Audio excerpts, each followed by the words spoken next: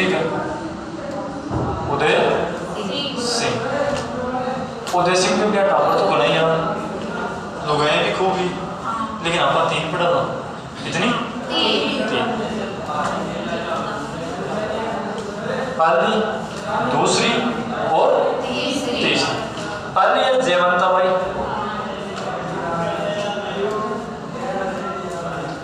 दूसरी है धीर कंवर पटियाणी, धीर कंवर पटियाणी, और तीसरी है सज्जाबाई। देखो, ईशो जन्मे अपना प्रताप, इससे जन्मे जगमाल, और ईशो शक्ति सिंह, शक्ति सिंह। ये 3 पुत्र तो बड़ा इंपॉर्टेंट है, ठीक है। अब उदय सिंह के इधर देखो, जो सबसे प्रिय रानी थी, सबसे अत्यधिक प्रेम करता था, तो वो धीर कंवर पटियाणी, ठीक है, धीर कंवर पटियाणी। आप बोलने के थे हमारे लिए कहीं कर सको, कौन बोली बोली थे हमारे लिए कहीं कर सको, तो वो बोले तू कहे तो इन हवाओं का रुख बदल दूं, तू कहे तो तेरे लिए चांद और तारे तोड़ लाऊं, तो हंस के तो देख एक ही रेपट में तेरे सारे दांत तोड़ दूं। अब इसने ऐसा कहा, बाकी दांत वात तो तोड़ना नहीं, कोई और चौकी चीज बता। वो लोग आप बोले थे मैंने एक वचन दियो, बोलो माँ चलो ध्यान दे दो, बोलो माँ कथा के उम्र का बाद में आने जगमाल को आप क्या बनाओगे राजा। उसने कहा तथा वस्तु बन जाएगा। अब क्या हुआ कि भाई साहब 28 फरवरी है ना, 1572 को स्वर्ग सिधार गए, ठीक है। कब सिधार गए? 28 फरवरी 1572 को। होली का दिन था, फागुन को महीनों फागुन में होली, हाँ सर, होली का दिन था और सरकार सिधार गए। तो इनका क्या अंतिम संस्कार हो रहा था गोगुंदा में। कहाँ पर?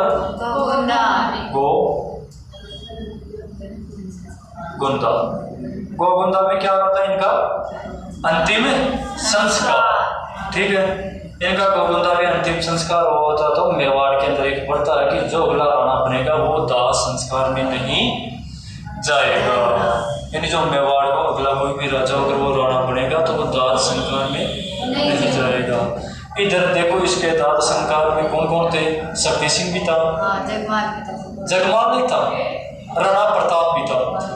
तो क्या सामान तो ने पूछा कि छोड़ो वो जगमाल को घटेगी वो क्या बनाएगा, तो वह बोलिया क्या जो आपका उदय सिंह है ना राणा साहब, ये तो आगे जो प्रिय रानी का क्या जगमाल ने क्या राजा घोषित करके, अब वो तो राजा की यहाँ बंडर बैठे हैं, तो सारे सामान तो ने कहा कि ये मेवाड़ की परंपरा के विरुद्ध कैसे हो रहा है, क्योंकि जो परिवार का बड़ा बेटा होता है वो क्या बनता है राजा बनता, तो मेवाड़ की परंपरा के विरुद्ध है। तो सामान तो ने क्या किया, सारे सामान ने मिलकर वहां पर चूड़ा वंश का था एक, कौन था चूड़ा वंश का था, कृष्णदास चूड़ावत,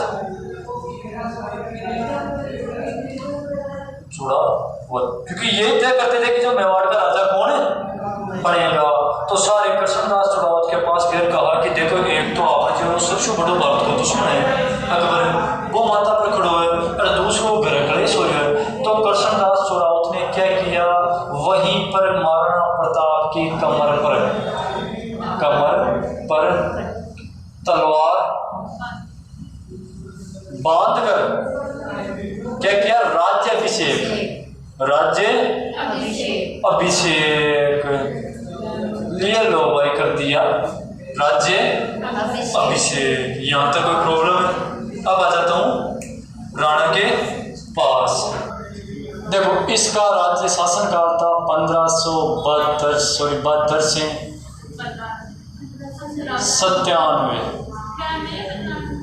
97, ठीक है। 1572 से 1597। पिता का तुम्हें पता ही है कौन है, उदय सिंह। इनकी माता थी जयवंता और पत्नी थी अजब दे पंवार, अजब दे पंवार। इनका जो बेटा एक इम्पोर्टेंट है वो कौन सा है? अमर सिंह। ठीक है, नेक्स्ट आगे बढ़ते हैं। ओके साहब, ये कौन हो गया? अमर सिंह। इस भाई साहब का क्या होगा? जैसे ही सारे क्या गए, उनके पिताजी का अंतिम संस्कार करके कुंभलगढ़ गए, तो सारे राजाओं ने क्या किया, जो जगमाल था उसको पकड़ के बाहर फेंक दिया। तो जगमाल क्या हुआ कि रुष्ट हो गया। जगमाल क्या हुआ कि रुष्ट हो गया और किसके पास चला गया? अकबर। और वहां पर इसको जहाजपुर की जागीर दी गई। जहाजपुर की जागीर किसको दी गई थी?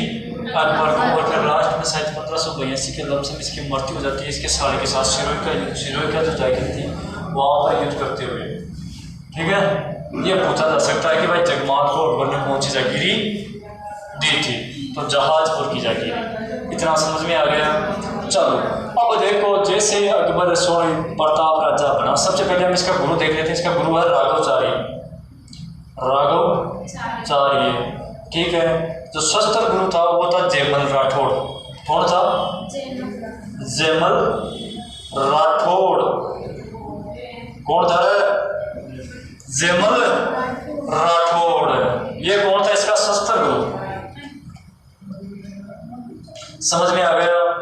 चलो आगे बढ़ते हैं। अब देखो, जैसे ये राजा बना तो अकबर 6 महीने हो गया, अकबर के गृह का शांति अभियान शुरू कर दिया। क्या किया? शांति अभियान।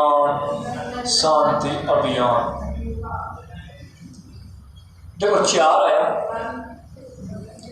जमा बांटो 1 72 3 73। ट्रिक को याद रखो तो ठीक है, नहीं है तो यही याद हो जाए। फिर भी मैं लिख देता हूँ, जमा बांटो 1 72 3 73। ठीक है, सबसे पहले आया जलाल खां कोरची। कौन आया? जलाल खां कोरची। आवाज नहीं। ठीक है, ये आया था 1572 में। कब आया? 1572 में आया। तो राणा के जो था उसने सोचा था कि भाई हम क्या, इसके साथ राणा की नीति थी कि इसके जितने भी अभियान आएंगे हम उसके साथ क्या शांति से बात करूंगा। जी आपको आपने कोई ब्याह सगाई वगाई करे ना, कोई छोरी देख बजा हुआ है, अरे बेटा मना भी गुन करे और हाँ भी गुन करे। और बीच में अंदर जो छोरी आता रास्ता पुलिस को एग्जाम देके 3 महीना रुक जाओ, ये हमारी छोरी को मामा बेटा कीड़ो पाकिस्तान कीड़ो है, तो वो 2-3 महीना बाद हम बात आए तो माँ का बोल रिश्ता करे, है ना?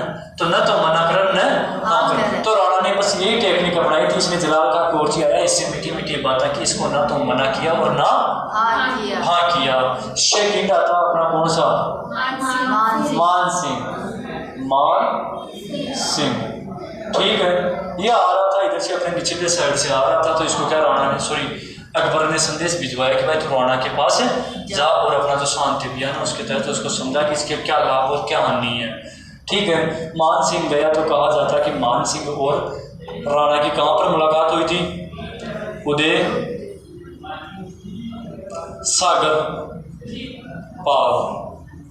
सागर के पार पर इनकी क्या हुई थी? मुलाकात हुई थी। अब इनके वहां पर मुलाकात हुई तो देखो आराम से राजा जी बातें किया। शाम ने खाना का भी प्रोग्राम हुआ, खाना मतलब रोटियां को है ना, खाना का भी प्रोग्राम हुआ। तो उसके अंदर क्या हुआ कि राणा प्रताप नहीं गया। कौन? महाराणा प्रताप गया ही नहीं। और किसको भेज दिया? इसका पुत्र था अमर सिंह। तो इससे क्या हुआ कि मान सिंह चिढ़ गया कि राणा प्रताप क्यों नहीं है। तो क्या ये दोनों जब खाना खा रहे तो एक को गश ना नेवाला। जब इसने एक नेवाला लिया तो इससे पूछा किसने? मान सिंह तो खाया ही नहीं। इसने पूछा कि भाई राणा जी क्यों नहीं आए? तो इसने कहा कि वो थोड़ा मातो दुख रही हो, बुखार चिटी। वो बोलियो मान सिंह का मन ध्यान है मातो क्या दुख रही हो, क्योंकि माँ मुसलमान का मान रही हो तो मैं मन कहीं अलग व्यक्ति मान है, क्योंकि मेरे खान पान किनमें है उनमें है, तो इसीलिए वो मुझसे क्या अलग मानते हैं। तो फिर बोकियों को मैं देख लूँगा ताकि जो दवाई है ना माता की तो बाबा लियो ना तो पहुँचाऊँगा तो अठे एक सरदार हो उसको सरदार बोल दियो कि जा लिए जी कर लीजिए तारो करने ना जियो वो के बता दियो वो क्यों जगह थे देख लीजिए समय भी थे देख लीजिए और अगर अकबर ना साथ ले आओ तो ठाकुर अपना माल पूरा भी स्वागत करते हो ठीक है ढंग से आजियो वो बोलती हो चलो ठीक है। तो मान सिंह वहाँ से चला गया लेकिन ये हमारे को इतिहास बताते हैं क्योंकि राणा की ये हमें नहीं मान सकते लेकिन मानना भी पड़ेगा। इसमें एक दिमाग तो करने वाली बात यह है कि राणा चाहता था कि मैं इनसे शांति से वार्तालाप करूं क्योंकि थोड़ा सा अपने इधर पीछे आ जाते हैं 1568, 1535 और 1527 ये तीनों हुए थे। 1527 में खान का युद्ध हुआ था, 1535 में हंसाबाई ने जो हुमायूं के पास राखी भेजी थी मदद मांगी थी तब भी युद्ध हुआ था और 1568 में जो चित्तौड़ के ऊपर किसी ने अकबर ने आक्रमण किया था। तो जो सैनिक व्यवस्था थी वो बिगड़ी हुई थी, इनके पास सैनिक व्यवस्था नहीं थी क्योंकि अकबर का तो बहुत बड़ा साम्राज्य था जो वर्तमान भारत है उतना अकबर का था उस टाइम पे। महाराणा प्रताप के पास दुर्गों के अंदर से एक कुंभलगढ़ मिला था इसको, बाकी अकबर फैला हुआ था हर तरफ तो अकबर के पास सेना तो थी ना बहुत ज़्यादा। तो बस इसीलिए यह चाहता था कि मैं इनसे शांति से वार्तालाप करूं। इसके बाद में भेजा तीसरे नंबर पर किसको, भगवंत दास को, ठीक है। इसको भी भेजा, इसको भी बात आकर करवा जातो रहा पाचो, ये भी 73 में गया था, ठीक है। चौथे नंबर पर भेजा टोडर मल को, किसको भेजा, टोडर, और एक उपाधि राणा कुंभा की है टोडरमल। तो उसमें तो आता है और इसमें क्या आता है, तो आता है ना। तो समझ लेना अगर टोडरमल राणा कुंभा क्या है कोई उपाधि तो वो किसकी भी उपाधि है, राणा कुंभा की। समझ में आ गया। अब देखो टोडरमल लास्ट बचा था, कौन बचा लास्ट, टोडरमल, ठीक है। तो जिस टाइम पर राणा बोलियो कि मैं हूँ मेवाड़ के राजवंश, कि मैं हूँ मेवाड़ के राणा वंश का वंशज, कि मैं हूँ मेवाड़ के राणा वंश का वंशज, ना कभी किसी से डरा हूँ, चाहे आ जाए बाबर हुमायूं अकबर जैसे हजार, ना कभी किसी के आगे झुका हूँ, ठीक है। तो ये किसने कहा था, राणा प्रताप ने। व्यक्ति तो कौन किरकिरी हुमायूं, ठीक है। इतना समझ में आ गया, यहाँ तक कोई प्रॉब्लम है क्या, नहीं सर, कौन है, अब देखो कई चीजें बताई जाती है कि राणा ने फिर यहाँ पर 73 तक हो गया अपना क्लियर, के दिसंबर लास्ट में आया था टोडरमल, है ना। तो यहाँ पे 74 आ जाएगा। तो 74 2 साल का समय, इतिहासकार कहते हैं कि 2 साल का समय राणा को और देते हैं कि भाई तू सोच समझ गया है ना, हमको बता देना। लेकिन ये बात गलत है क्योंकि 1574 के अंदर ये भाई साहब कहाँ गया था, वो अकबर बंगाल उड़ीसा अभियान पर, बंगाल उड़ीसा, और 75 के अंदर एक मामू प्रताप राव चंद्र सेन, है ना, मारवाड़ राव चंद्र सेन, तो ये उसकी तरफ लग गया। तो 2 साल तो इसके उधर ही खराब हो गए। और ये 76 में क्या हुआ, फ्री हुआ क्या, युद्ध। देखो अकबर की उस टाइम पे राजधानी थी फतेहपुर सीकरी, फतेहपुर सीकरी, ठीक है। यहाँ से राजधानी, तो भाई साहब की राजधानी में जगह कटा पहुंच गया अजमेर। अजमेर एक दुर्ग है मैगजीन, कौन सा दुर्ग, मैगजीन दुर्ग। ये भाई साहब कहाँ पे थे, कुंभलगढ़ में, ठीक है। अब मैगजीन दुर्ग है, तो राणा को प्रताप को जन्म थोड़ी बताती हो, नहीं बताया, तो थोड़ा सा एक बार पहले वो देख लेते हैं। देखो ये क्या है, कुंभलगढ़, इसके अंदर है कटारगढ़, इसमें है बादलमहल, उसमें एक कचेरी है जूनी कचेरी। देखो कुंभलगढ़, ठीक है, बादलमहल, सॉरी कटारगढ़, बादलमहल, जूनी कचेरी। यहाँ पर हुआ था 9 मई 1540 को, और विक्रम संवत के अनुसार ज्येष्ठ शुक्ल तृतीया, ज्येष्ठ शुक्ल तृतीया 1597, ठीक है, ये हमारे को याद रखना, अगर ये तो नहीं रहते ये तो याद तो रखना ही है। विक्रम संवत के अनुसार, क्योंकि अपना विक्रम संवत 57 साल आगे चलता है ना, फायदा था क्या। तो यहाँ पर किसका, राणा प्रताप का जन्म हुआ था। अब इतना समझ में आ गया। यहाँ पर कोई प्रॉब्लम है कि चल यहाँ जाते हैं। यहाँ कहा जाता है कि अकबर ने जो हल्दी घाटी का युद्ध है उसकी रणनीति कौन से दुर्ग में बनाई, मैगजीन दुर्ग में। अब देखो इस दुर्ग के अंदर बनाए, तो यहाँ पर आकर अकबर ने जो अपना मुख्य सेनापति था वो किसको घोषित किया, मान सिंह। किसको किया, अब जी मान सिंह ने सेनापति घोषित करियो मुख्य। जो इसके जो मुस्लिम सेनापति थे ना वो क्या इसके विरोधी हो गए। अकबर ने कह रहा मान जरा तो खुद दे दो, अगर बड़ी ने घूम क्यों जाएगा तारी रेल बना दी और तो कहीं घूम। लेकिन अकबर का क्या इसके पीछे हाथ था, क्योंकि जो इसके पिता श्री भगवंत दास थे तो वो उदय सिंह के दरबार में रहते थे पहले। जो आमेर रियासत थी वो मेवाड़ की भी एक रियासत के रूप में मेवाड़ ने भी उसको जीता हुआ था, तो वहाँ पर रहते थे। तो इसलिए अकबर ने सोचा कि भाई देखो जो व्यक्ति अगर आपने अगर मानो कोई अपना काम करे, जो व्यक्ति अपना नहीं सीख जाए और वो अपना पर ही पाचो करे भी चीज ने, तो अपन रोज तो हो ही ना। तो इसको भी सोचा, तो यानी राणा प्रताप सोचेगा कि भाई ये व्यक्ति हमारे पास ही रहते थे, ये हमारे भी कर रहे हैं आज आकर बने, इनकी इतनी हिम्मत थोड़ी हो गई है ना। तो पहला पॉइंट तो ये कि राणा गुस्सा आएगा युद्ध में और कोई ना कोई गलत कदम उठाएगा एक बनाने का। दूसरा था कि इसको जब वो वहां पे उदय सागर के पाल पर इसको बेइज्जत भी किया था, घटना बताई जाती है ना। दूसरा कारण यह था। तीसरा था कि जो राजपूत आपस में क्या लड़ेंगे, ठीक है ना। आगे आगे क्या रहेगी राजपूत सेना, उससे पीछे रहेंगी क्या मुस्लिम सेना। तो इसमें क्या राजपूत ही मरेंगे, तो इसको इस्लाम को फायदा होगा। ये बात आसफ खां भी कहता है जब बदायूं ने उससे पूछता है, ठीक है। चल मान सिंह को क्या बना दिया मुख्य सेनापति, फिर उसके बाद में आता आसफ खां, फिर आता सैयद खां, फिर आता मितहर खां, जगन्नाथ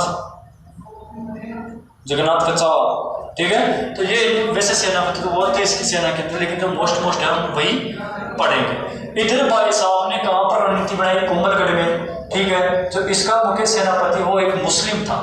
कौन था हाकिम का सूरी, हाकिम खां सूरी, ठीक है। दूसरा था कृष्णदास चुड़ावत,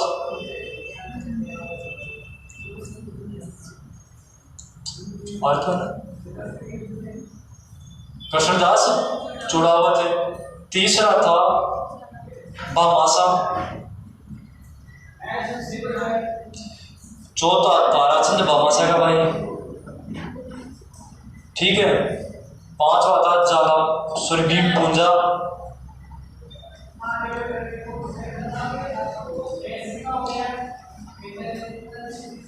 भीम पूंजा या राणा पूंजा, इसको राणा लगाने की अनुमति दी थी राणा ने, ठीक है।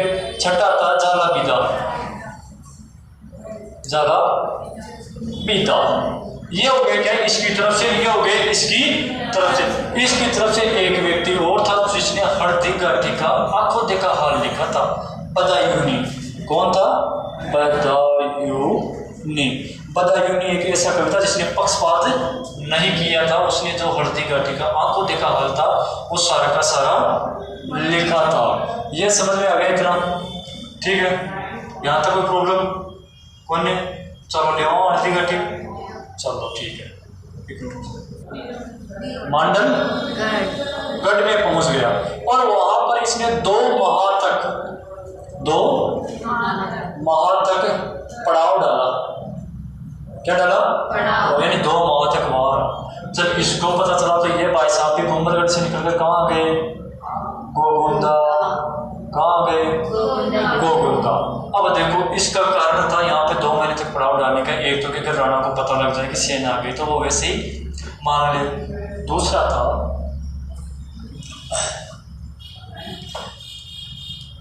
कि जो राणा था कौन, प्रताप, वो खुद ही यहाँ पर आ जाए। लेकिन जब राणा प्रताप ने ऐसी चहल भी की थी कि चलो ठीक है हम खुद ही वहां पर चलते हैं।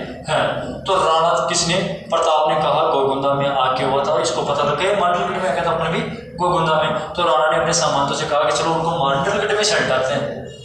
तो जो इसके सामंत थे उन्होंने कहा कि नहीं, उन्हीं को आने थे, क्योंकि हम अगर वहां पे जाएंगे तो खुले मैदान में हम हार जाएंगे। और उनको पहाड़ों में आने थे, क्योंकि जो मुस्लिम सेना थी वो पहाड़ों में लड़ने लायक नहीं थी, उनको उतना अनुभव नहीं था कि वो पहाड़ों में लड़ सके। अब 2 माह तक आए नहीं, तो फिर राणा भी क्या उनके मत से सहमत हो गया कि चलो ठीक है आने दो। अब 2 माह तक के बाद में ये भाई साहब इधर से चलते हैं और ये भी इधर से चल दिए, ठीक है। गोगुंदा यहाँ पे एक पहाड़ी पड़ती है, उसे कहते हैं खमनोर। जी बिल्कुल, ठीक है। क्या कहते हैं? खमनोर। और वहीं पे एक छोटी सी पहाड़ी है, उसे बोलते हैं हल्दी घाटी, पीले रंग की है। क्या बोलते हैं? हल्दी घाटी, ठीक है। इसके बारे में कर्नल टोड ने कहा था, हल्दी घाटी का युद्ध। इसको मेवाड़ की थर्माकोल ने भी कहा था, ठीक है। हल्दी घाटी। अब एक तरफ तो कौन था? मान सिंह, और एक तरफ है राणा प्रताप। देखो ये युद्ध बहुत तगड़ा हुआ था। इधर सबसे पहले बीच में कौन रहता था? राजा, ठीक है। कौन रहता था? राजा। इधर है राणा प्रताप, उसके साथ है भामाशा, उसके साथ है ताराचंद, ठीक है। ये तो हो जाते थे बीच में, पीछे। इधर वाली सेना होती है उसे बोलते हैं चंद्रावल। इसका नेतृत्व कौन कर रहा था? भीम पुंजा या राणा पुंजा, ठीक है। इधर ये जो एक सेना इधर होती थी, एक सेना इधर होती थी, ये होती है हरावल। कौन सी सेना? हरावल सेना का नेतृत्व कौन कर रहा था? इधर हाकिम कांसूरी, कृष्णदास चुड़ावत, हाकिम कांसूरी और कृष्णदास चुड़ावत, ठीक है। इधर कौन कर रहा था? जाला अज्जा, ठीक है। और इधर कौन कर रहा था? रामसा है तंवर, और इसके 3 पुत्र थे। कौन? रामसा तंवर और उसके 3 पुत्र थे, ठीक है। इसकी इधर हो गया, इसका इधर हो गया, इसका सारे एक जगह देख लेना, ठीक है। इसका अलग अलग समझ में नहीं आएगा कहाँ पर कौन सा, समझ गए? देखो ये सेना क्या करती, इस पे आक्रमण करती थी, ये सेना इस पर आक्रमण करती थी। ये पीछे वाली टुकड़ी बच के रहती थी कि भाई अगर कोई भी आएगा तो फिर बाद में हमारा ही काम है। सबसे इंपॉर्टेंट सेना ये होती थी, फिर उसके बाद में ये, फिर लास्ट का मामला अगर यही सेना टूट गई ना तो बाकी युद्ध हारे हुए हैं। इधर देखो, इधर कौन है? मान सिंह, ठीक है। आसफ खां, सैयद खां और बदायूनी, हाँ एक टोडरमल, जगन्नाथ। ये तो इसके हरावल सेना क्या हुई? मान सिंह बीच में था, आसफ खां, सैयद खां, टोडरमल, जगन्नाथ, ये कहते हैं इसके हरावल सेनापति थे। इधर पीछे जो चंद्रावल सेना के अंदर है, इसको बड़ा याद रखना हमारे को, चंद्रावल सेना, ठीक है। कौन था? मितहर खां, ये बड़ा था। और एक और था माधव सिंह, ठीक है। इधर एक और था, झाला मान सिंह भी था इसके नीचे, झाला मान सिंह, ठीक है। ये छोटी सादड़ी के थे। कहाँ के थे? छोटी सादड़ी के। इतना समझ में आ गया। अब देखो बदायूनी भी है, ठीक है। बदायूनी समझ में आ गया। देखो बदायूनी के अनुसार जो राजपूत सेना थी उसका पहला आक्रमण इतना घनघोर था, घनघोर का मतलब जबरदस्त, जो किसकी मुगल सेना थी वो लगभग मैदान को छोड़कर 8 से 10 किलोमीटर दूर चली गई थी बनास नदी के तट पर। तो इसको बनास का युद्ध भी कहा जाता है। क्या कहा जाता है? बनास का युद्ध। हाँ, भागती हुई पूरी सेना को देखकर खुद बदायूं ने भी भाग पड़ा था वहां से कि इतनी जबरदस्त तरीके से मारकाट हुई थी। अब जे ऐसे हुई तो इसने क्या ऐसी को जगह पर इसने खोपड़ी अपनाई अपनी, इसने क्या झूठी अफवाह फैला दी। क्या फैलाई? झूठी अफवाह की। जो राणा जो सलामत बादशाह अकबर वो क्या रणभूमि में आ गए हैं, तो फिर जो बिखरी हुई सेना थी वो वापस एक जगह होने लगी बादशाह बाग में।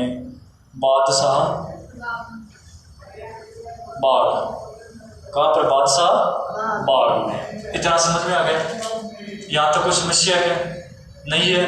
चलो ये तो इनका युद्ध हो गया। अब लाते हैं हाथियों को। किनको? हाथियों को। बेटा था मर्दाना पे। अब इधर से हाथी है इनके साथ। इसका सबसे पहला हाथी आएगा लोना। कौन आएगा? लोना। और एक आएगा गजमुखा। गजमुखा या गजमुक्ता जो भी है, गजमुखा या गजमुक्ता, ये आएंगे। ये दोनों आपस में लड़ेंगे, लेकिन ये दोनों क्या वापस चले जाएंगे लड़कर। फिर ये अपने हाथी को निकालता है। कौन से को? राम प्रसाद। राम प्रसाद। इनके भी आता पहला था गजराज और दूसरा था रणमदार। मदार कौन आता है? रणमदार और गजराज। ये क्या होता है कि जो राम प्रसाद था इसके ऊपर प्रताप सिंह तंवर बैठा था। जो महावत था वो कौन था? प्रताप सिंह तंवर। कौन था? प्रताप सिंह तंवर था। राम प्रसाद के ऊपर बैठा हुआ। ठीक है। अब ये जाते हैं, इनके अंदर जबरदस्त लड़ाई होती है हाथियों। ठीक है। इधर ये जाते हैं तो क्या जो राम प्रसाद था इसका जो महावत था, महावत का मतलब होता है जो हाथी को चलाने वाला। प्रताप के क्या तीर लग जाती है। क्या लग जाती है? कई गाइडों में कहा जाता है कि उसको गोली मार दी जाती है, और कई में कहा जाता है कि उसको क्या तीर लग जाती है। हम क्या मानेंगे कि उसको तीर लग जाती है तो प्रताप मर जाता है। जो गजराज का जो महावत था वो किस पर आ जाता है? राम प्रसाद पर। किस पर? और हाथी को किस तरफ ले जाता है? मुगल सेना के अंदर। किस तरफ ले जाता है? मुगल सेना के अंदर। अब देखो उधर क्या हुआ कि राणा किस पे बैठा था? चेतक। कहीं इसको चेतक भी बोलते हैं, है ना? कहीं इसको चेतक भी बोलते हैं, लेकिन इसका नाम चेतक ही है। ठीक है, क्योंकि जहां पर भी देखते मिलते हैं हमारे को चेतक ही मिलता है। चेतक का तो राणा क्या चेतक से पैर से दूध का। चेतक समझ गया कि जाना किस तरफ। उधर से मान सिंह आ रहा था। कौन आ रहा था? मान सिंह। मान सिंह के बारे में बताइए। उन्होंने कहा था कि ये एक ऐसा शासक, इसने भी जो युद्ध के अंदर है ना अपनी एक प्रतिभा दिखाई। इसने अपने महावत को तो पीछे बैठा दिया और खुद हाथी को चलाने लग गया। अब देखो इधर राणा को दिखाई दे दिया कौन? मान सिंह। अब जैसे ही राणा मान सिंह के पास पहुंच गया, कौन? चेतक है, और उसके हाथी के चारों तरफ 2-3 चक्कर लगाए। बोला कि दिखा मान सिंह तेरा पावर कितना है, देख मेवाड़ का राणा तेरे सामने खड़ा, दिखा। जैसे चेतक इधर से यूं घूम के आया, मर्दाना के सिर के ऊपर चेतक के दोनों पैर, और राणा प्रताप उस पर खड़ा होकर बाला को यूं फेंका, जो उसके महावत को चीरता हुआ जाकर किसमें लग गया? होदे में। किसमें? होदे में लग गया। कहीं बताते हैं कि सुरक्षा कवच में लग गया, जिससे मान सिंह क्या हुआ? बच गया। राणा को लगा कि मान सिंह का क्या हो गया? काम हो गया, और चेतक को भी लगा कि ये भी मर गया। लेकिन जब ये महावत मरा तो मर्दाना ने क्या थोड़ी सी शुंडी जैसी उधर लग दी, जिससे चेतक का क्या पैर फिसल गया, कट गया, है ना? क्योंकि जो हाथी होते थे वो उनकी सूंड पे खंजर होते थे, पूंछ पे खंजर होते थे, यूं से यूं घुमाते थे ना। तो क्या हुआ कि चेतक का पैर कट गया। इस सीन को कौन देख रहा था? जाला बीता। कौन देख रहा था? जाला बीता जल्दी से राणा के प्रताप के पास आया और बोला कि भाई साहब तुम्हारा मुकर तो मुझे दे दो और आप यहाँ से निकल लो, क्योंकि अगर आप रहोगे तो मेवाड़ रहेगा, और अगर आप ही नहीं रहे तो मेवाड़ नहीं रहेगा। तो राणा ने यहाँ पर अपनी सूझबूझ दिखाई, मेवाड़ को भी बचाया, और चेतक को लेकर चेतक क्या हुआ कि यहाँ से 2 किलोमीटर जा पाया। कितने किलोमीटर? 2 किलोमीटर दूर जाके 28 फीट का दर्रा आता है। उसकी लंबाई देखो वैसे है तो नहीं, लेकिन जो पढ़ाई रहा तो वही चीज बता रहा हूँ मैं। 28 फीट है उसकी दर्रा की लंबाई। ठीक है। उस चेतक ने सोचा कि अगर मैं इसको पार कर लिया तो राणा क्या हो सकता है? बच सकता है, और इसको कोई दूसरा पार भी नहीं कर सकता। ठीक है। तो चेतक ने क्या हुआ? कूद कर उसको पार कर लिया, और वहीं पर कर गया और वहीं पे मर गया। बलीचा गांव में इसकी समाधि भी जो राणा प्रताप ने बनाई थी। इस युद्ध के अंदर जो हाकिम का सूरी था वो भी क्या हो गया, वीर गति को प्राप्त हो गया। और राणा जाला बीदा था, उसने राजमुकुट धारण किया था। जितनी भी तलवारें थी वो सारी जाला बीदा की तरफ आ गई और जाला बीदा भी वीर गति को क्या हो गया। हाकिम का सूरी का मकबरा कहाँ बनाया गया था, खमनौर में। कहाँ पर, खमनौर में इसका मकबरा था। इसने कहा था कि आज मेरे हाथ से तलवार नहीं छूटेगी। कहा जाता है कि जब ये मरा तो राणा ने इसके हाथ से तलवार खींचने की कोशिश की लेकिन वो निकली नहीं, उसको तलवार सहित ही दफनाया गया था। समझ गए?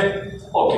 अब जैसे ही राणा वहां पर गया तो कहा जाता है कि कौन, शक्ति सिंह, कौन भाई था इसका, इसके पीछे 2 मुगल सैनिक पड़े गए थे राणा को पकड़ने के लिए।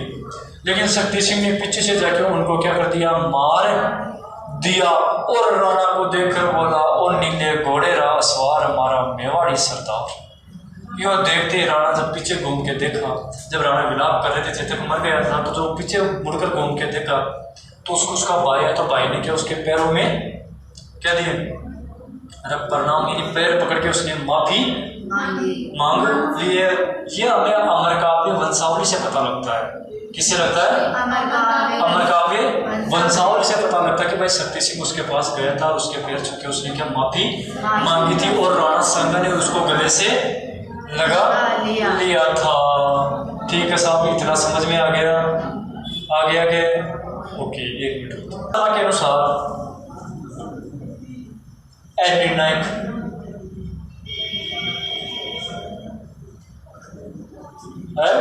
निर्णायक, ठीक है। और जो अपनी एनसीईआरटी आ रही है, एनसीईआरटी नहीं आई है, उसमें क्या राणा प्रताप को जीत दिया, उसमें कहा गया कि राणा प्रताप जीत गया। ठीक है, तो अपने को एनसीईआरटी का मानना अगर वो गोपीनाथ शर्मा के अनुसार पूछता तो हम क्या करेंगे, निर्णायक गलत क्यों करना चाहिए। ठीक है, इतना समझ में आ गया। अब देखो किस किस ने इसको क्या क्या कहा। अबुल फजल ने इसको क्या कहा, अबुल फजल, खमनौर का युद्ध, खमनौर का युद्ध। बदायूं ने क्या कहा, इसने कहा गोगुंडा का युद्ध। ठीक है, उसके बाद में आता है कौन, कर्नल टोड, इसने मेवाड़ की थर्मापल्ली या हल्दी का, ठीक है, युद्ध, मेवाड़ की थर्मापल्ली। ठीक है, समझ में आ गया। इसको बादशाह का युद्ध भी कहा जाता है।